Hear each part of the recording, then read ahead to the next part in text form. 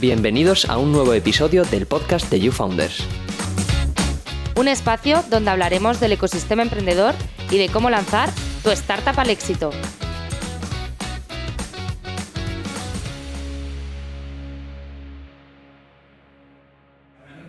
Hola, muy buenas a todos. Soy Álvaro Palomo, miembro del equipo de YouFounders, y en el podcast de hoy tenemos a Juan, o para los amigos Sony. Un placer tenerte aquí. Un placer, Álvaro. Me gusta estar aquí. Encantado. Bueno, Juan y yo, Sony, tenemos la suerte de conocernos al menos un poco, entonces hoy sí que sin hacer el estudio previo vamos a poder indagar un poco mejor en la vida de Juan. Cuéntanos un poco. ¿Quién es Sony? ¿Cómo ha llegado hasta aquí para aquel que no te conozca? Vale, perfecto. Pues, a ver, soy un emprendedor de 32 años, un poco con la enfermedad del emprendimiento, porque la verdad es que llevo emprendiendo, o antes siendo empresario, antes de que se pusiera moda de emprender, toda la vida. Es casi todo lo que he hecho y nada, lo cierto es que al final soy una persona que me gusta construir cosas, me gusta hacer cosas de forma diferente y mejor, y me gusta crear equipos, la verdad.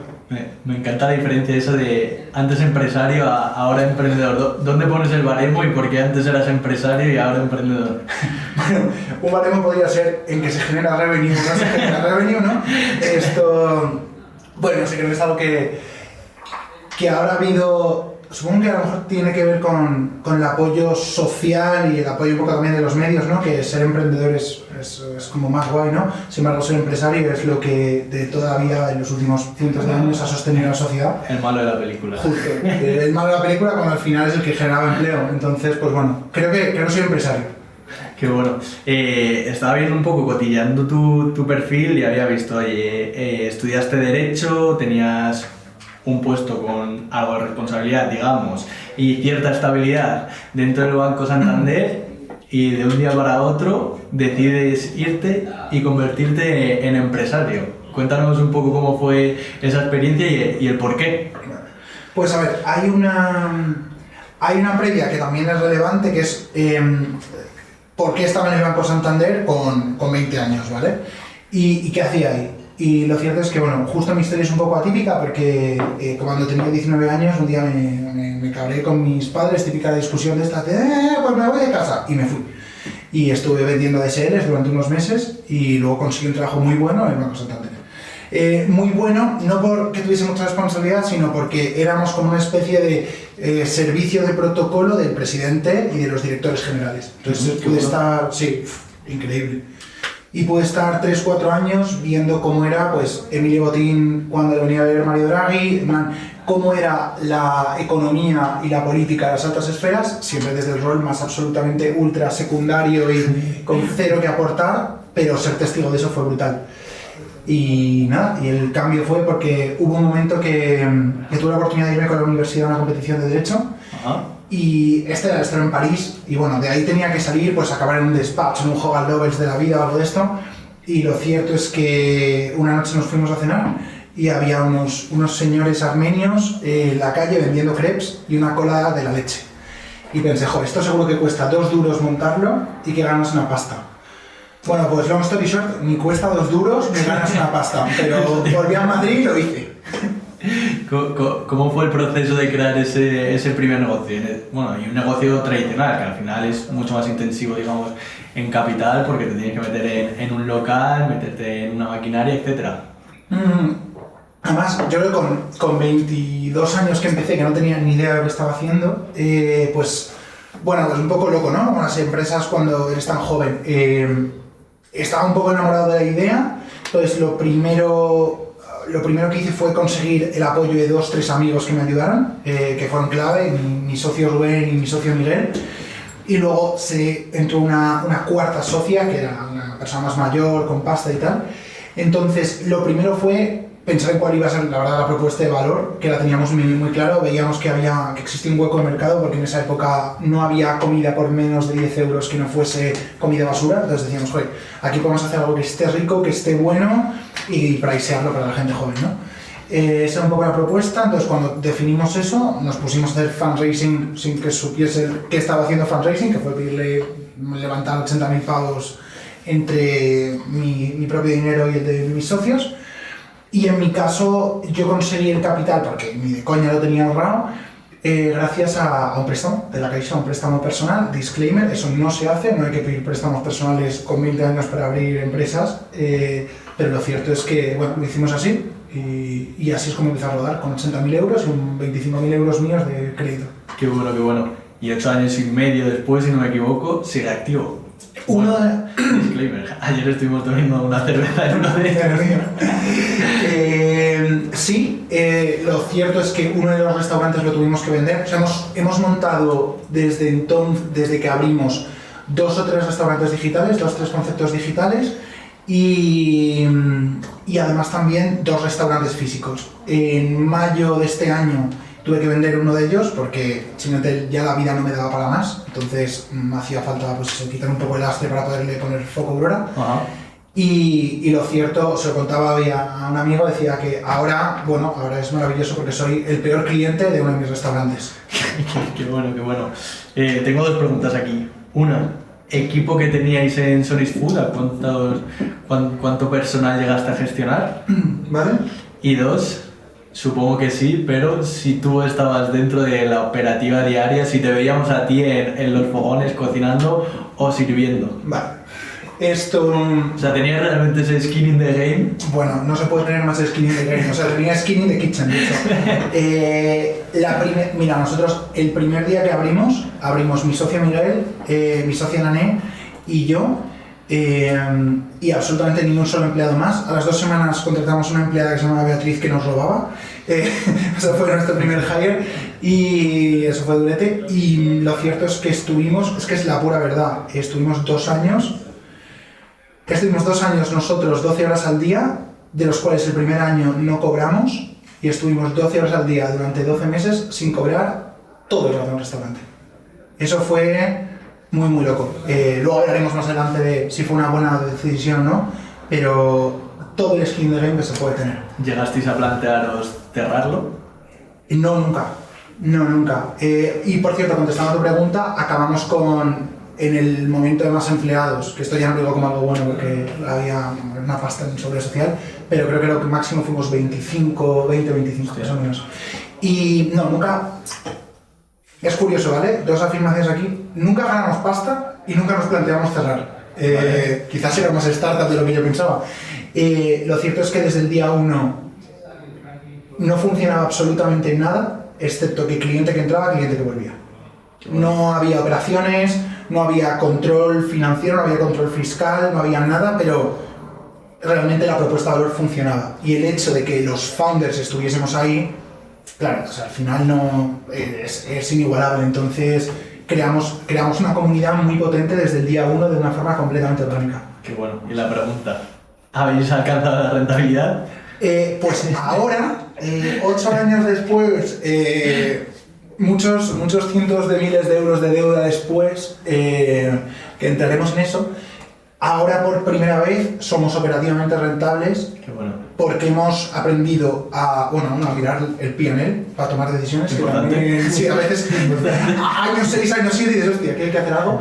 Y sobre todo también porque hemos quitado todos los slots de tiempo que no eran rentables, los hemos quitado. De hecho, tú y yo estuvimos solos ayer a las 7 de la tarde. Totalmente. Y porque estamos abriendo también la línea de B2B y eso nos permite diversificar muchas fuentes de ingresos y tener NRR en sector restauración, que es una maravilla. Pues ahora entraremos a hablar de Aurora, pero me gustaría también entender si habiendo creado el proyecto de Aurora te ha ayudado, digamos, a tener otra visión sobre Sonis Food también. Joder, es radical. Y de hecho yo creo que ahora que estoy fuera de Sonis aporto más que antes cuando estaba de CEO, porque, bueno, a mí lo que me ha pasado, o sea, y por lo que puedo ayudar es que yo me pasé de los 24 a los 30 siendo el CEO de una compañía, pero no había pasado por lugares exigentes donde hubiese tenido curvas de aprendizaje fuertes. Todo, yo había sido mi propio maestro en prácticamente todo,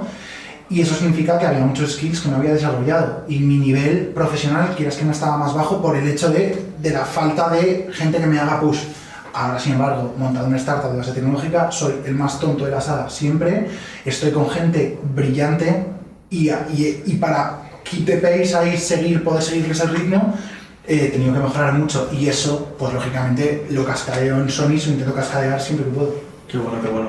Y entrando un poquito ya ahora en la chicha, digamos, y el porqué o lo más interesante del podcast, entramos en Aurora Jobs. O sea, esto totalmente inventado y me lo estoy imaginando. O sea, ¿cómo fue encontrar ese gap? O sea, Sony estaba un día en el restaurante y ¿cómo se dio cuenta de que había un nicho en el mercado? O bueno, primero empecemos. ¿Qué es Aurora Jobs? Importante. Vale, perfecto.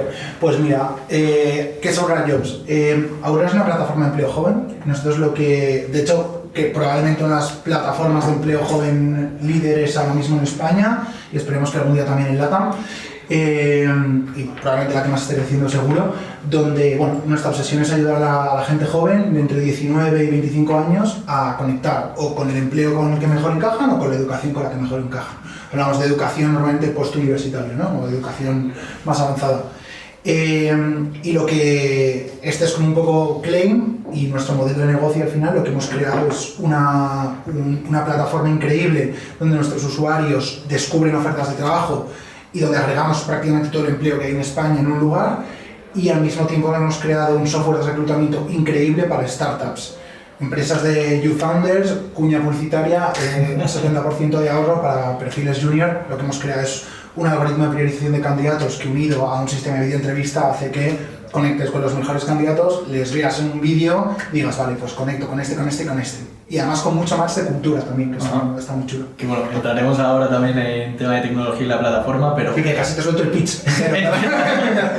Pero me gustaría saber lo primero, ¿cómo surgió la idea, ¿no? O ¿cómo encontraste ese gap o ese problema? Pues para poder entender cómo pasé de Sonys a Aurora, hay una parada en medio que fue clave, que fue Kubalu, que es una empresa que no fundé yo, pero que invertí, que no sé, como me daba a mí de ser business angel, que ni tenía el dinero ni nada, pero lo cierto es que en 2018 invertí en la empresa de mi mejor amiga, de la mujer de mi mejor amigo y de mi mejor amiga al mismo tiempo, y lo hice simplemente por convicción en su talento y en lo que iban a montar. Y lo cierto es que invertí también, me puse a ayudarles un poco, ¿no? Pues iba a la oficina casi todos los días y dedicaba unas horas.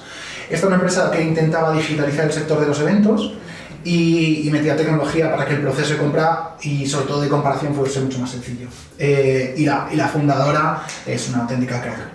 Entonces, que es Marta David. Entonces, esa experiencia luego a los meses entró como un inversor grande y me quiso comprar. Y yo justo estaba montando otro restaurante y él me quiso comprar y yo quise vender. O sea que todo el mundo se puso de acuerdo rápido. Bueno. Sí, y lo cierto es que eso me ayudó a entender muchísimo la tecnología, las startups, ¿vale? Entonces, esto pasó en 2018, luego abrimos Patio y en 2019 fui a Demium. Porque, no sé, me saltaría uno de sus ads del Startup Weekend de estos y dije, pues, yo sé, me gusta montar empresas, ¿no? Pues voy a ver qué hago. Okay. Fui al Startup de Demium sin querer montar una empresa ni nada, solo para pasármelo bien y conocer gente, justo. Lo ganamos y de ese fin de semana en el All Startup conocí a Romer, a mi socio y al CTO de la compañía de Aurora y la química fue muy fuerte. Y además hubo una cosa muy importante de Sonys versus Aurora y es que Sonys, los socios eran mis amigos y les quería, y en Aurora, ahora son mis amigos y les quiero, pero fue una decisión profesional. Y en Romer vi todas las cualidades que a mí a lo mejor me faltaban y que éramos perfiles muy complementarios. Entonces surgió en Demium. Porque Romer entiendo y lo sé, es el CTO de Aurora. Justo. ¿Y fuiste tú el que hiciste ese match entre vosotros o fue la incubadora? Pues lo cierto es que ese match lo hizo Romer, porque tiene una cosa en Demium que es como un speed dating, ¿no? Entonces, tanto Romer como yo hablamos mucho, y hablamos alto. Entonces estábamos como un emprendedor, uno enfrente de otro, así, y nos íbamos rotando. Y yo escuchaba a Romer y él me escuchaba a mí como 3 posiciones antes de conectarnos. Y según nos sentamos uno enfrente del otro, me dijo, mira tío, te llevo escuchando media hora, deja de gritar, me encanta lo que cuentas. Este speed dating funciona, la tecnología de priorización es así, tú le vas a dar a la que te gusto yo le voy a dar a la que me gustas tú y nos ponemos a currar juntos. Y yo, para adelante, vamos a por ello. Yo iba buscando un CTO a muerte, fue como ligar en una discoteca. Vale, pero hubo ese match, digamos, por hablar en voz alta, pero tampoco os conocéis de muchísimo más, ¿no? Y nos conocimos luego trabajando. Ok, y volviendo al principio otra vez, la idea de Aurora... La idea de Aurora, claro, que me he ido por las ramas. Bueno, pues entonces ganamos lo de startup y vamos al día siguiente ahí a trabajar, ¿no? Ajá. Y ¿En el All Startup ya surgió la idea de Aurora? no, ¿O era otra cosa completamente diferente. Ok. Y llegamos el primer día y digo, hostia, que vamos a montar una empresa, ¿no? Vamos a montar una startup. Y lo cierto es que yo ahí vi un modelo que me gustaba mucho en Estados Unidos, que se llama Pathrise, que básicamente era una empresa de educación que te ayudaba a conseguir un curro en Apple, Amazon, LinkedIn, grandes tecnológicas, ¿no? Ajá. Y yo, ese fue el momento de, como el aha moment de decir, tío, no entiendo cómo puede ser que en este país tomemos la decisión más importante de nuestra vida con 20 años, que es cuáles son mis primeras prácticas, cuál es mi máster, con cero información. Con lo que te han dicho tus padres, lo que te han dicho tus amigos, o con suerte lo que te han dicho tus profesores. Y fue ese de, joder, realmente esta decisión es muy relevante y la cantidad de información y la perspectiva es muy poca, y además depende mucho, como que hay un sesgo social muy fuerte, porque no es lo mismo gente que viene de una clase más alta que gente que no. Entonces dije, aquí se puede hacer algo, este es un hueco claro del mercado. De hecho, justo estaba hablando el otro día con un fondo mexicano y hablamos justo de esto, ¿no? Que también ocurre a la hora de levantar pasta, que es el pedigrí.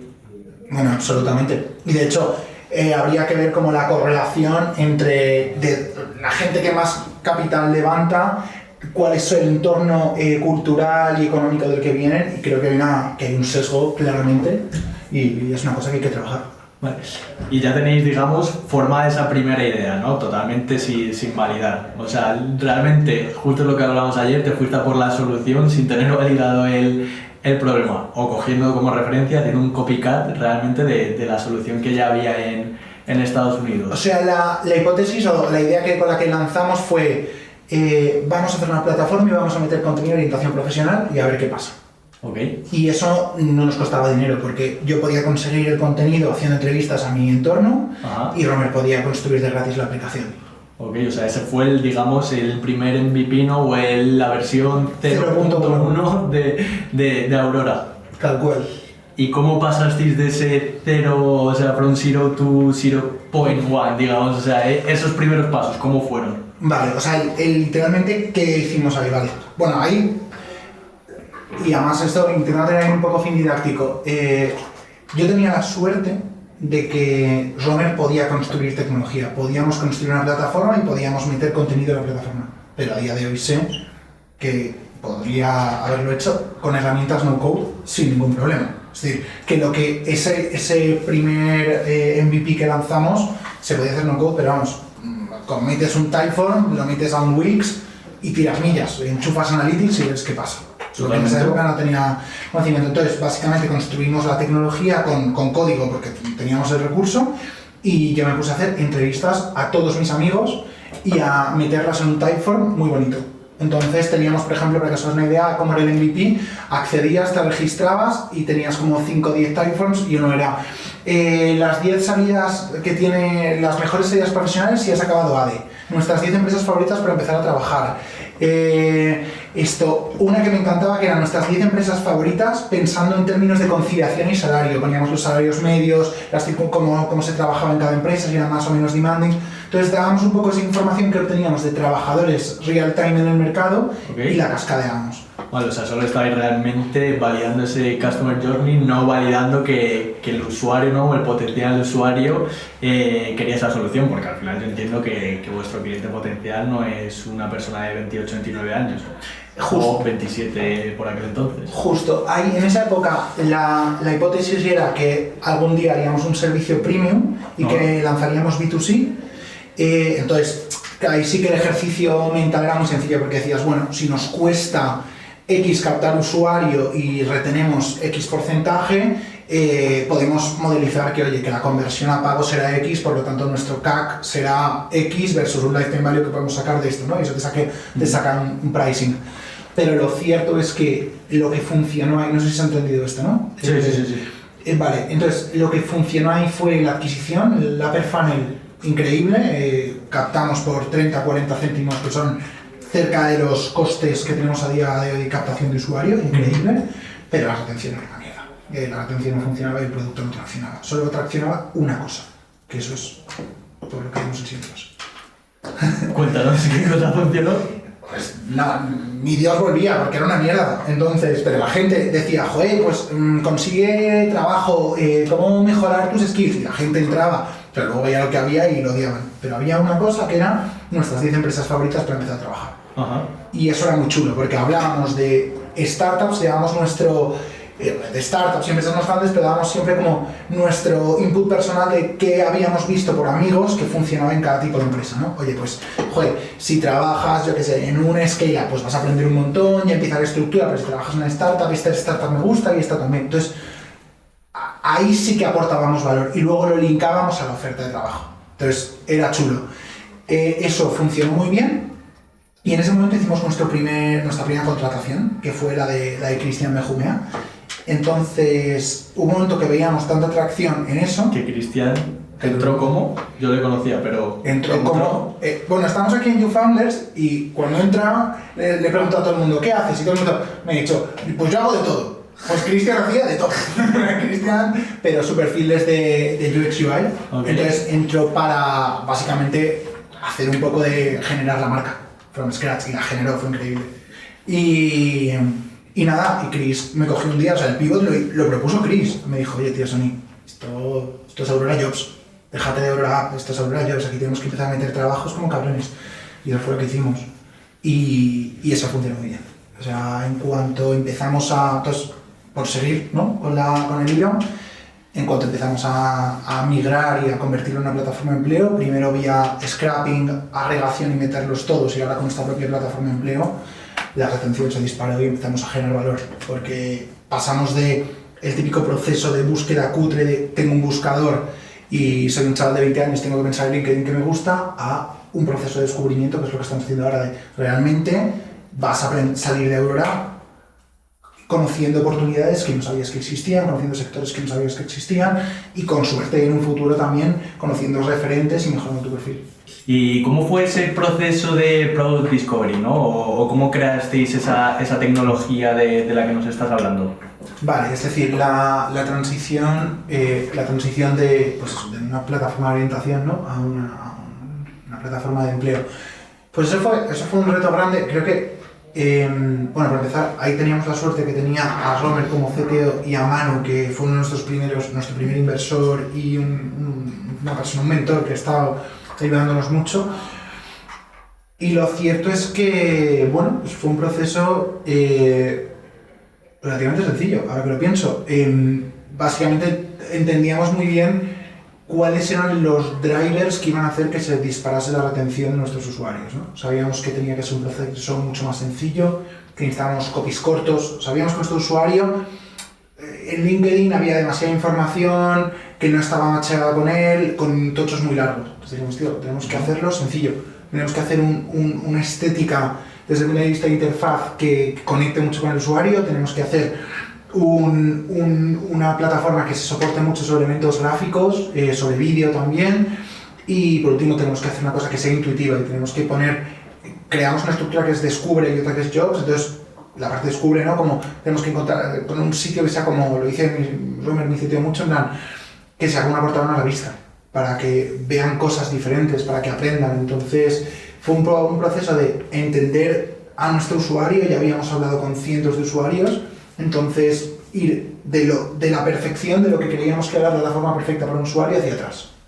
Y Aurora Jobs sale hoy de Demium. ¿Qué hicisteis al día siguiente? O sea, ¿cómo fue ese crear from the scratch? Justo, pues al día siguiente lo único que puedes hacer cuando estás creando una startup es al día siguiente nos pusimos a currar. Simplemente que en vez de las oficinas de Demium nos pusimos a trabajar en la casa de Romer, que sigue siendo el 50% de nuestras oficinas a día de hoy, que tú has estado. Yo he estado. Al día siguiente, ya, o sea, sabemos que vamos a migrar a una plataforma de empleo. Tenemos los recursos técnicos, no teníamos los recursos económicos, pero tampoco nos hacía falta muchísima pasta. Entonces, contestando a la primera pregunta que hacías, parte de dinero, ¿no? ¿Qué pasó? Pues lo primero, pusimos como 10.000 euros más o menos, yo creo, principalmente entre Paula Sira, una de mis socias y también como de mis primeras inversoras, y yo. Luego Romer puso todo lo que pudo y básicamente pusimos 10.000 eurillos con los que pudimos pagar a Cristian un sueldo mucho menor del que debería cobrar y con el que fuimos pues iterando básicamente y construyendo esta plataforma de empleo. O sea, en esa primera oficina / casa de Romer erais vosotros tres construyendo el producto from the scratch, o sea, no llevándolo de 0 a 0.1, dejémoslo ahí. ¿Cómo recuerdas esos primeros días en la casa / coworking / oficina?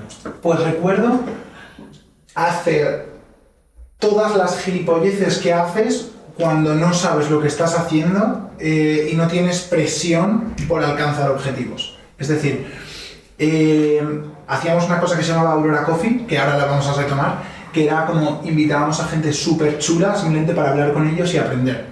Y nos dábamos mucho tiempo para hacer campañas de brand que a lo mejor no tenía sentido hacerlas en ese momento, que no estábamos traqueando correctamente y que digamos que cometimos muchos errores, ¿vale? Pero también pasó que empezamos a ver, por ejemplo, que podíamos adquirir a volúmenes más grandes, es decir, en vez de traer 20 usuarios a 0.50, 0.60, empecé a traer 200, empecé a traer 300 y que podíamos realmente, que teníamos un negocio desde la perspectiva del usuario, que éramos capaces de captar y de retener. Entonces fue un momento muy chulo, muy bonito, donde nos centramos en entender a nuestro usuario, ir desarrollando y empezamos a ver y a diseñar cómo iba a ser la plataforma para empresas. Y yo creo que eso fue un poco el momento que pasamos de ser una idea de unos chavales que prácticamente están jugando a, vale, aquí vamos a construir una empresa. Y ese momento fue el terminar de construir la plataforma de empleo para jóvenes basado en empleos de terceros, a crear nuestra propia plataforma donde empresas Aurora podían publicar. Digamos que dejamos esa primera fase 1. ¿Cómo comenzó la fase 2? O sea, una vez que se os ocurra, ¿no? O validáis que tiene sentido tirar por ese pivotaje del negocio, ¿cómo empezáis a construir ese primer MVP? ¿O directamente os tirasteis a la piscina y dijisteis, oye, no hay MVP, voy a construir producto? O sea, siempre hemos tenido la suerte, creo que es una suerte, de tener la capacidad tecnológica de construir, ¿vale? De forma muy estable. Pero fue un proceso, yo creo que bastante bien hecho, la verdad. Como que me doy una de cal y una de arena, porque es verdad que estábamos un poco a por uvas, que ahora visto retrospectivamente pienso que lo podríamos haberle puesto más foco y haber ido más rápido, pero lo cierto es que cuando dijimos, vale, pues vamos a construir una plataforma para usuarios, vamos a meter empleos, fenomenal. Ahora eso sí, ¿quién va a subir los empleos? Bueno, pues vamos, mejor que lo suban a través nuestro y ganemos dinero, porque aquí algún día habrá que ganar pasta, ¿no?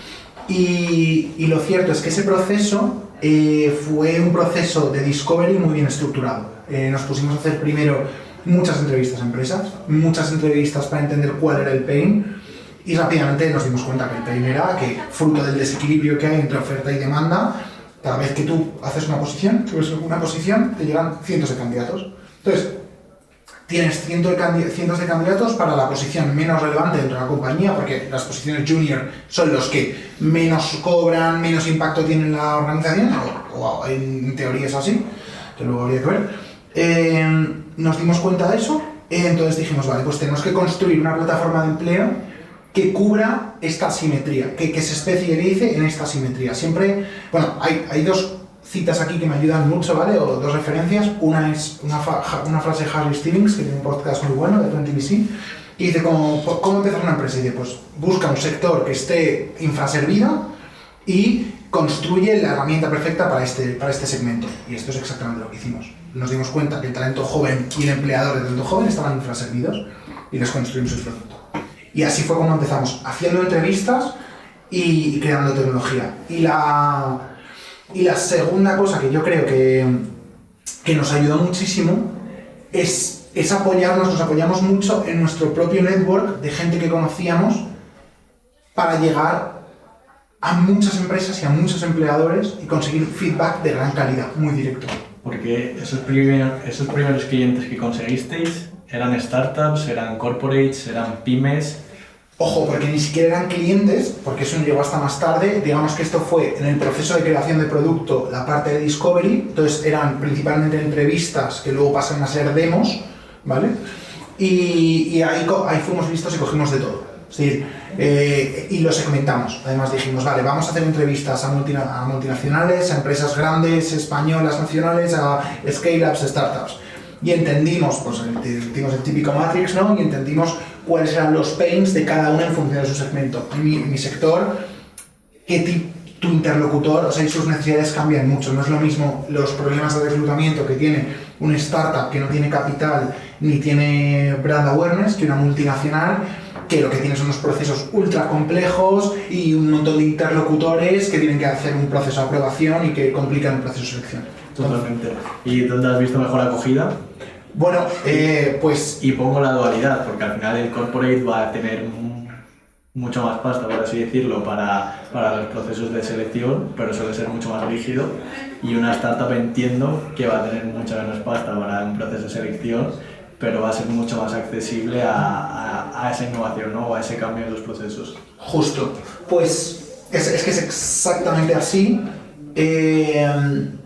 Por un lado. Por otro, también un aprendizaje, y ahora mismo te contesto, un aprendizaje fuerte de esa parte de entrevistas es que cuando tú haces una startup, montas una startup, te pones a hacer entrevistas de cara a hacer tu producto, todo el mundo es muy bueno señalando problemas y todo el mundo te dice que cuando resuelvas estos problemas te pagarán encantados.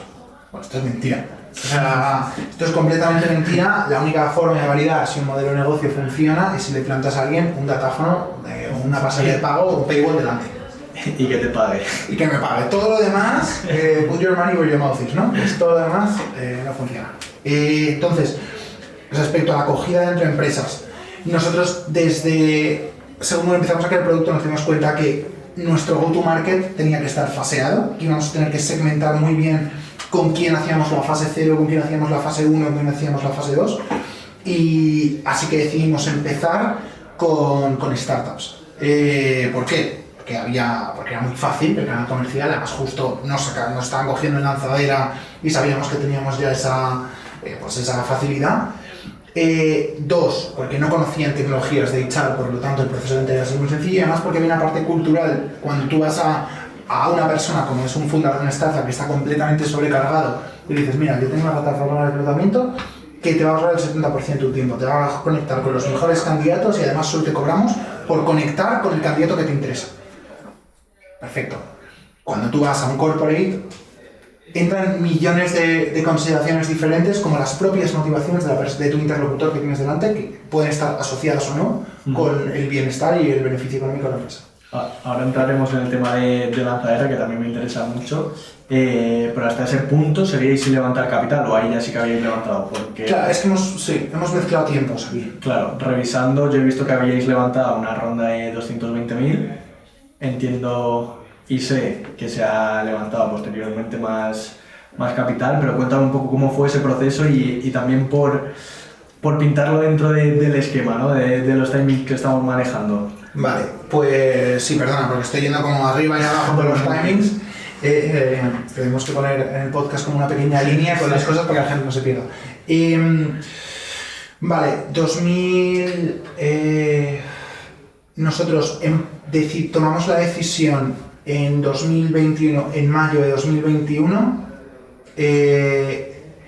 de lanzarnos a construir la plataforma de empleo para empresas, es decir, ya teníamos muchos empleos en la plataforma, que eso prácticamente reciclamos la tecnología, pero como os decía, empleos de terceros, ¿no? Simplemente, como dice mi CTO, poníamos muchos links, en vez de poner contenido poníamos links y redirigíamos a links de terceros. La decisión se tomó en mayo de 2021 de, oye, vamos a crear una plataforma de empleo para jóvenes que tenga el foco en que las empresas se ahorren mucho tiempo a la hora de contratar. Y esta decisión la tomamos en mayo de 2021. Y ahí yo estaba levantando, no era mi primera ronda, porque en Sonys, justo antes de que petase, ya había levantado una ronda, pero la primera ronda por una startup que había levantado en mi vida. Y lo cierto es que me habían apoyado solo 2 amigos hasta ese momento. 2 amigos que curiosamente cuando Sonys quebró mantuvimos la relación, ellos iban a invertir en Sonys, no invirtieron al final, mantuvimos la amistad y fueron los primeros a los que llamé para invertir en Aurora y entraron, que son Camilo e Íñigo. Y teníamos menos de 20.000 euros y un día quedé con mi socia Paula a comer con un tío que había trabajado con ella. Era como nuestra tercera reunión de fundraising en total y esta persona se llama Mariano y de repente le estamos comiendo en unos greens, le cuento la idea y a los 10 minutos me interrumpe y me dice que te cubro toda la ronda. Y fue como... Y yo además me hice el guay y bajé mucho el importe de la ronda porque dije, bueno, vamos poco a poco, no sé qué, tal. Y Mariano fue esa persona que de repente convierte un proyecto en una empresa. Creo que hay 2 momentos, ¿no? Cuando entra capital y dices, hostia, aquí realmente vamos a tener capital para hacer lo que decimos que vamos a hacer. O sea, que ya podemos hacerlo. Claro. Y luego el siguiente momento es cuando te compran por primera vez. Camilo y Íñigo te metieron 10.000 euros cada uno, me lo estoy inventando. Un poquito menos. Y Mariano te metió 200.000. No me metió 200.000, no. Mariano, bueno, lo siento si estoy dando cifras aquí. Bueno, Mariano metió 25.000 euros y luego dijo... Y voy a contar la historia, bueno, voy a contar aquí muchas cosas. Mariano me dijo, voy a meter 25.000 euros y si haces bien las cosas, meteré más, ¿vale? Por no dar todos los números. Y yo dije, perfecto. Pero ya con 40.000 euros, o con lo que fuese, teníamos dinero para ir tirando. Que ganábamos, no sé, 4.000 euros al mes.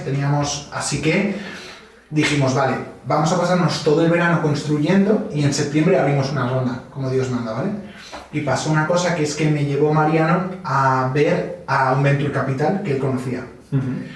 Y cuando se lo enseñamos al Venture Capital, el tío del Venture Capital, que luego nunca nos ha invertido y nos ha mareado 1000 veces, o sea que otro aprendizaje aquí, da igual lo que diga la gente, otra vez hasta que no metan dinero no sirve de nada, pero flipó. Y empecé, esto es la hostia, Mariano, tráeme más como estas, tú chaval, lo vamos a reventar, te invierto mañana, que canteo. Claro, Mariano salió de ahí, que me acuerdo que me dijo, yo quiero meter más capital. Directamente, después de esa reunión. Entonces estábamos en un momento que no sabíamos qué iba a pasar ahí. Entonces nos pasamos todo el verano de 2021 construyendo. En 2022, a finales de 2021, principios de 2022, teníamos la plataforma lista para empezar a traccionarla, ¿vale? Y desde 2020, desde otoño de 2021 hasta diciembre de 2022, en 4 meses levantamos la primera ronda. Vale, o sea, los datos que yo estaba manejando, porque están públicos en internet, yo había leído, que lo tengo por aquí apuntado. 220.000 euros en 220.000 en diciembre de 2021. Justo, pues, esa fue la ronda. Es decir, de los 40.000 al resto lo levantamos esos 3-4 meses. ¿Y perfiles que entraron, si se puede decir? Sí. ¿Entró algún Venture Capital? No entró ningún Venture Capital. Entraron los mejores inversores que te puedes echar a la cara. Profesionales de éxito que nos llevan apoyando desde el día 1 y además muy complementarios. Entonces entró David Alonso, que venía, por ejemplo, de Samaipata. Entró Rebeca Navarro, que es la directora de recursos humanos de reclutamiento global de Vodafone. Eso fue meses después, pero entró Diana Morato, que había montado Deliveroo en España.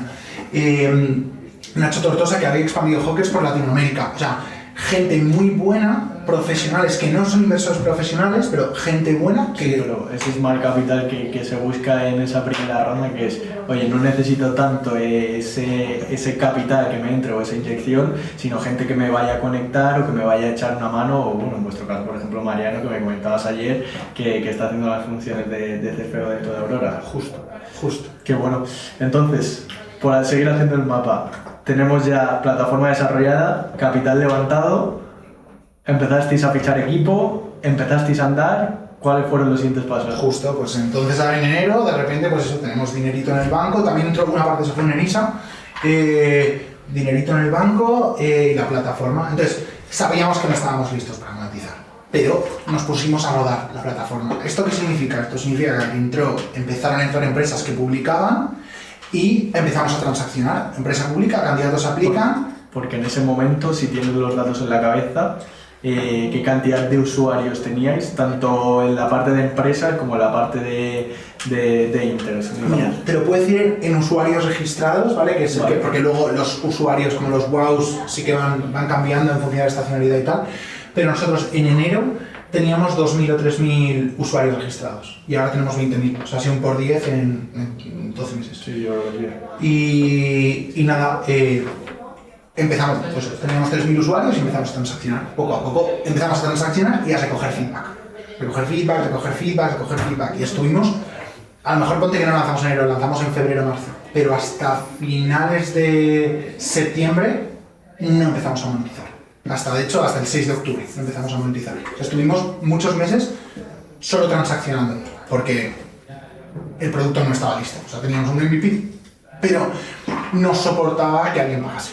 Por número de candidatos, o sea, nuestras métricas de success eran número de candidatos,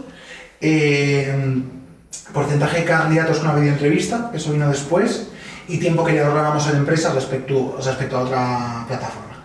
Entonces, mejorar esas tres métricas y tener una tecnología sólida fue un proceso de iteración constante durante 6-8 meses.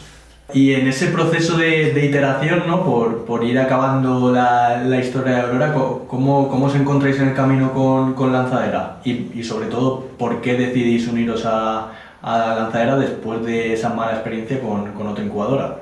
Vale, porque nos encontramos con ellos en el camino, mira, otro learning, porque publicamos la ronda en el referente. Ajá. Y nos escribieron ellos a nosotros proactivamente. Hicimos el proceso, que fue lo que fue, es decir, son 2-3 entrevistas, pues eso, de un poco como podrían ser las de un Venture Capital, un poco más sencillitas, y tomamos la decisión de ir para allá, que fue una decisión además con un coste económico, porque los primeros 2 meses me llevé al equipo, cogimos un alquiler ahí en Valencia y tal. Yo creo por lo que os decía antes, un poco de los referentes y de tener gente muy buena a tu alrededor. O sea, estábamos en casa de Romer, solo nos veíamos a nosotros mismos, todavía no estábamos monetizando, y yo creo que necesitábamos un boost. Necesitábamos ver cómo otras empresas lo estaban haciendo. Y además también sabíamos que era un sello pedigrí, es decir, sabíamos que nos iba a abrir puertas, o sea, era un mundo desconocido, y pues, ahora ya que tiramos. Y lo más importante, ¿ahora qué, no? O sea, ¿cómo ves a Aurora? ¿Cómo os veis? ¿Cuáles son los siguientes pasos? Pues cuando estuvimos 2 meses en Lanzadera, que seguimos formalmente en Lanzadera, pero ya no vamos tanto. Y nada, volvimos, yo justo en julio me casé, entonces digamos que volvemos en septiembre, y listos para monetizar y empezamos a comercializar. Entonces, llevamos 3 meses, los últimos 3 meses estamos haciendo go-to-market, lo estamos haciendo con startups. Ha sido una maravilla el referral que ha habido entre startups, es decir, lo que se han recomendado las unas a las otras. Al final, pues una herramienta que te ahorra tanto tiempo y funciona bien. Y uno de los periodos más interesantes de mi vida, por 2 cosas. La primera, porque hemos empezado a hacer ventas B2B, que es un mundo en sí mismo que yo nunca había hecho y que estoy aprendiendo un huevo. Y además ha entrado a ayudarnos Pablo García Barrilero, que es un crack que viene a vender HR software en LinkedIn y Microsoft, entonces un poco de esto sabe, y tenerle a él ayudándonos es una maravilla. Y al mismo tiempo, pues una etapa bastante emocionante, porque nos hemos dado cuenta que hemos abierto otra vertical, que es una vertical de educación, donde ayudamos a nuestros usuarios a conectar con las instituciones educativas, con los bootcamps, posgrados, másters, con los que mejor encajan. Y esto ha sido como encontrar petróleo. Ahí quería llegar también. ¿Cómo os habéis encontrado ese nuevo nicho, ¿no? ¿O cómo os planteáis el pivotar? ¿O no os planteáis el pivotar y simplemente abrir una vertical más? Nos encontramos con el nuevo nicho porque nos costaba levantar pasta. Entonces, no hay nada como pasar un poquito de hambre para que se agudice el ingenio. Y bueno, esto ya lo sabíamos, ¿no? Ya sabíamos que podíamos captar información de una forma muy económica, y también sabíamos que nunca íbamos a dejar de apostar por contenido relevante, es decir, que no íbamos a vender los datos para que les vendan gafas de sol a los chavales, ¿no? Entonces, la industria educativa era el camino a seguir. ¿Cuándo dimos el paso de hacer el pivot? Pues porque Mariano, mi socio, me consiguió una reunión con ISDI. Y estábamos en la reunión con ISDI la primera vez y tenía 3-4 usuarios que ya sabía. Básicamente lo que hicimos fue empezar a preguntar a nuestros usuarios qué querían estudiar y nos empezaron a dar esa información. Y me senté con ISDI y les dije, oye, tengo, no sé, me inventé el número, 300 usuarios que creo que pueden encajar con vosotros y que su perfil encaja con el vuestro. Y los tíos se levantaban de la mesa de emoción. O sea, les veía como si tuviesen un cuentillo. Son 300 por 20.000 que vale el MBA de 10, es mucha pasta, normal que se levanten. Bueno, que luego me dan cuenta que no es tan fácil, hay que convertirlos tal. Pero hubo una frase que les dije así como, ¿cuántos clientes queréis? Y lo cierto es que vi el potencial. O sea, simplemente vi el potencial de una forma loca. Entonces, los últimos meses, pero también, y me apetece explicar esto, ¿vale? Este es un negocio complicado porque, curiosamente, lo fácil es conseguir clientes. Lo difícil es conseguir usuarios que se conviertan en leads para instituciones educativas. Yo tengo cientos de leads, pero si todos mis clientes empiezan a spamear a mis leads, mi Aurora va a dejar de tener rigor y fiabilidad como plataforma. Entonces, como hemos resuelto esto, ha sido cualificando los leads y teniendo una conversación o una interacción con ellos donde nos digan, uno, exactamente lo que quieren y dos, les ayudemos a orientarse. Entonces, lo que hemos hecho es que nos hemos metido en medio del mercado y le hemos dado mucho valor a ambas partes. Una parte de orientación por la parte de usuario y una parte de tráfico y de plataforma de media al cliente. Porque ahora en esta nueva vertical, ¿qué modelo de negocio lo está sustentando? ¿O todavía no habéis probado ningún modelo de negocio? Lo contrario, en el otro tardamos un año en probarlo, esto lo hemos probado día 1, estábamos vendiendo, de verdad, o sea, un aprendizaje, un año de trabajo y cientos de miles de euros invertidos en Itchar Software, siguiente vertical de negocio, una semana de trabajo, 0 euros, no code, todo. Modelo de negocio, empezamos aceptando, bueno, básicamente como una compañía de medios, ¿vale? Entonces, CPC, es decir, llevar tráfico y redirigir tráfico para todas esas empresas que hacen webinars, tal, redirigir tráfico muy segmentado de calidad. CPL, para instituciones educativas, oye, Pepito de los Palotes quiere estudiar, llámale, entonces, espera tu llamada, es que eso es muy fuerte, en plan, está esperando tu llamada, te lo hemos recomendado, conocemos todo el mercado, sabemos cuáles son las mejores instituciones educativas y le conectamos con la mejor. Esto es importante, en plan, no le conectamos con nuestro cliente, porque todos son nuestros clientes, le conectamos con el mejor de todos. Y eso es CPL. Y luego CPA, que empezamos así porque éramos unos pingadillos, que es que nos pagan cuando lo convierten, pero ya no lo aceptamos. La gran barrera que vais a tener en este modelo, digamos, publicitario es la cantidad de base de usuarios que vais a tener que manejar por el otro lado para que realmente os haga rentable o os convirtáis realmente en un modelo muy escalable. Bueno, aquí hay dos cosas. La primera es que, tienes toda razón, lo bueno es que nosotros captar tráfico se nos da bien. O sea, captar tráfico, captar usuario, cualificarlo y retenerlo es una cosa que hacemos bien.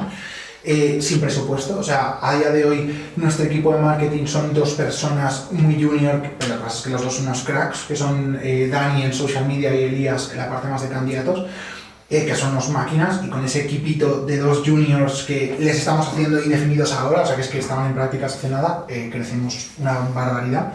Y 2, la automatización, es decir, que aquí la tecnología y crear flujos mediante los cuales entendamos bien a nuestro usuario y le cualifiquemos adecuadamente y digamos, hagamos ese proceso operativo lo más sencillo posible, van a ser las claves, yo creo. Qué bueno, qué bueno. Oye, pues para terminar el podcast me gustaría hacerte algunas preguntas, algunas un poco más rápidas, algunas un poco más curiosidades y ir a picar. Me gustaría hacerle una pregunta al Sony del pasado. ¿Te imaginabas hace 5 o 10 años al Sony que te has convertido hoy en día? Al de 10 creo que sí, porque al de 10 sabía que quería, siempre le había gustado esto y sabía que quería emprender, ya sabía que las cosas iban a ir por ahí.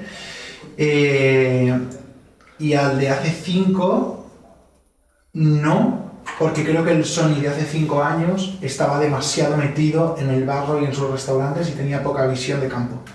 Y es una de las cosas que intentamos arreglar con Aurora, que entiendas que el mundo es muy grande, que las posibilidades son enormes y que cojas mucha perspectiva y que des un paso para atrás. Y ahora siento que da un paso para atrás y que antes no era capaz de dar. Entonces, a las 5 no. ¿Y cómo te visualizas dentro de otros 5? Joder, a ver, yo creo que dentro de 5 años... Es que esto es... no sé, o sea... Entonces, tercer aprendizaje. Cualquier inversor que te pregunte, siempre tú le tienes que decir, dentro de 5 años yo me imagino escalando esto a lo loco, en 7 geografías, tal. Justo que estábamos hablando antes, ¿no? Bueno, yo espero que... Me imagino a mí mismo y espero que pasándomelo tan bien como lo estoy pasando cada día de mi vida ahora. O sea, este es el mejor trabajo que he tenido en mi vida y mira que me han encantado mis trabajos, pero esto es maravilloso. Nosotros cada día estamos ayudando a personas de verdad y esto es impagable. Y además creo que tenemos un business model increíble y además tenemos estudios espectaculares. Entonces, pues espero que haciendo esto que hago ahora, no estaría mal en diferentes idiomas y con gente tan buena como la que lo hago ahora. Qué bueno, qué bueno. Yendo un poco más a picar. ¿Historia que no pudieses contar en un podcast? Pues mira, historia que no puedo contar en un podcast. Suéltate. Cómo he estado y estoy en parte 200.000 euros abajo por la parte de los restaurantes, el hostiazo que fue eso, no pagarle recibos a la seguridad social, que te embarguen, cuando tienes un restaurante tienes un datáfono, ¿no? Y todos los días al día siguiente entra dinero. Que de repente un día te embargue la seguridad social, que tú vivas absolutamente al día y que solo veas al día siguiente la comisión del datáfono y no el dinero que se ha ido directamente a Hacienda. Y sobre todo, el soportar anímicamente esto. Es decir, que te pase esto y luego entras al restaurante y la gente te pregunta que cuándo vas a cobrar la nómina, que si has hecho esto que tenías que hacer para que lo otro funcionase mejor. Y no volverte loco y empezar a gritar y darte hostias contra la cabeza.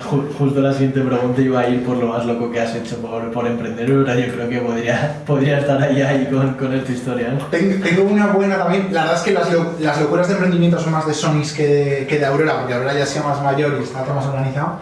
Pero hubo una vez hubo dos de hecho, con Sonys con 24 años, que no teníamos dinero, entonces cualquier cliente lo cogíamos y nos contrataron para llevarle comida a unas oficinas, ¿vale? Pero teníamos que llevar la comida a las 8 de la mañana y yo en esa época vivía a las afueras de Madrid y tal, y no tenía moto. Así que ese día me levanté a las 7 de la mañana, el día anterior, trabajé de 7 de la mañana a 12 de la noche sin parar, dormí. A las 12 nos poníamos a fregar el restaurante porque éramos solo Miki y yo, fregábamos el restaurante de 12 a 2 de la mañana, a las 2 de la mañana dormí en el suelo del restaurante detrás de la barra, me levanté al día siguiente a las 6 de la mañana, me puse a hacer burritos y los llevé. Verdadero skin in the game, de verdad, Qué bueno. Oye, próximo unicornio que veas a la vista. Joder, próximo unicornio, qué complicada esa. Venga, próximo unicornio. Fíjate, da igual que sea español, LATAM, Estados Unidos. Porque es que siempre hubiese dicho Factorial, que soy absoluto fan. El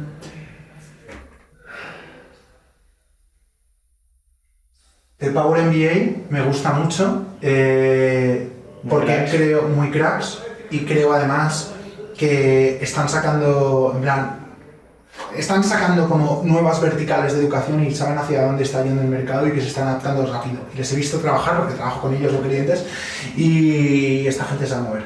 Entonces no sé si próximo unicornio, pero empresa que ha hecho muy bien las cosas y 5 años después sigue haciéndolo brutal. Y por cierto, mentalidad de revenue first, 0 hostias de rondas en un contexto como el actual que es clave. Justo les habían como nominado, digamos, desde el referente a próximos unicornios. Emprendedor, below the radar, digamos, al que seguir la pista. Sí, esto es cierto que es amigo, de hecho es de mis mejores amigos, mi único amigo empresario hasta que entré en Lanzadera, que se llama Guillermo Arias Ferrari, que es el CEO de Lógicos. Lógicos es una plataforma de logística que se lo pone muy fácil a los e-commerce básicamente para hacer como un plug and play y que rápidamente se les preocupen de la parte logística y se pongan a vender. Uh-huh. Y me jode porque ahora están surgiendo players que hacen esto y él ha sido el primero no hace mucho ruido, pero uno ha superado la barrera del primer millón facturado, que nunca es fácil, y está creciendo como un animal. Entonces es un emprendedor, es un empresario increíble, creciendo en un sector con muchísimo potencial que nadie sabe quién es. Qué bueno. ¿Mentor que te haya marcado o advisor que te haya marcado? La verdad es que... O barra inversor, porque por lo que estabas comentando antes de Mariano, podría ser esta figura. O sea, el primero es Mariano, o sea, según me lo dices es Mariano porque, o sea, Mariano me ha enseñado cómo a gestionar las relaciones sociales, ¿sabes? Como la mano izquierda, los problemas, utilizar también el humor para situaciones tensas, y por un lado. Y luego a mí tengo que decir que David Alonso también me ha influido bastante porque me ha enseñado, claro, venía de Samipata, entonces yo siempre que quedo con él pienso soy un puto pringao, ¿no?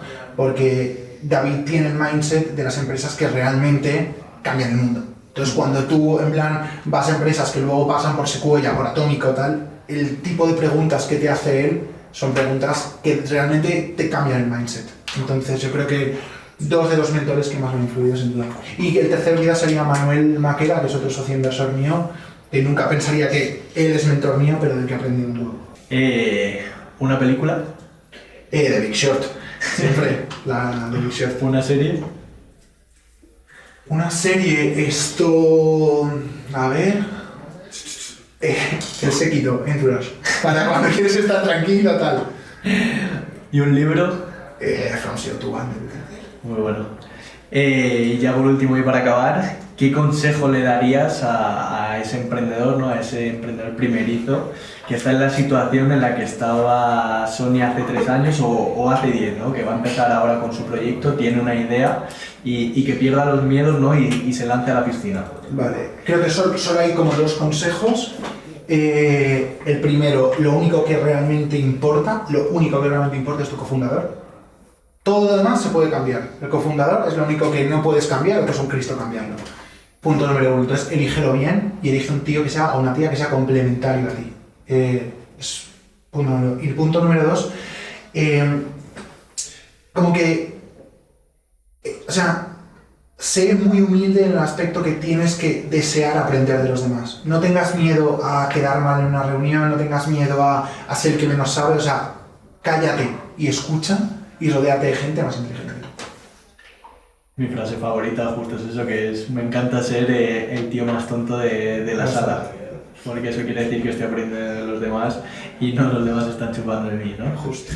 Pues oye, Sony, millones de gracias por habernos acompañado hoy. La verdad que qué lujazo de escucharte y enhorabuena por esta trayectoria. Y seguro que nos veremos por el camino y seguiremos aprendiendo juntos. Un abrazo, muchísimas gracias por estar. Chao. Esto es todo por hoy. Te esperamos en el próximo capítulo. No olvides entrar en nuestra página web y seguirnos en nuestras redes sociales. No esperes más. Únete al primer marketplace de emprendimiento del mundo.